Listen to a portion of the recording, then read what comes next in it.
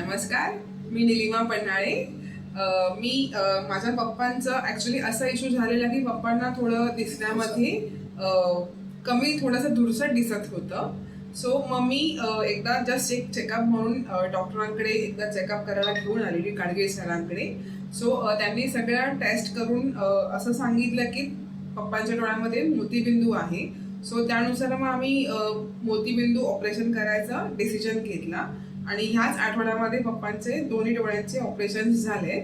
So आता थोडंसं पप्पांना अगदी चांगलं म्हणजे थोडंसं रिझल्ट आहेत. म्हणजे जे धुरसट दिसायचं ते कमी प्रमाणात कमी झालेलं आहे, थोड्याफार प्रमाणात कमी झालेलं आहे. सो आता त्यांनी जस्ट ड्रॉप्स वगैरे दिलेले आहे.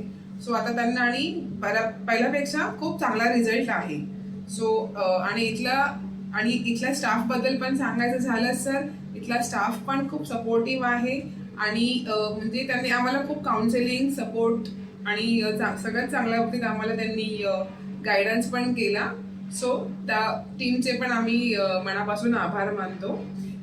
माझे पप्पा हे हिरामन पन्हाळे, ह्यांचे दोन्ही डोळ्यांचे ऑपरेशन झालेले आहे. सो आता त्यांना कसं वाटतंय पप्पा? आता व्यवस्थित वाटतंय. So we are very much happy. Thank you.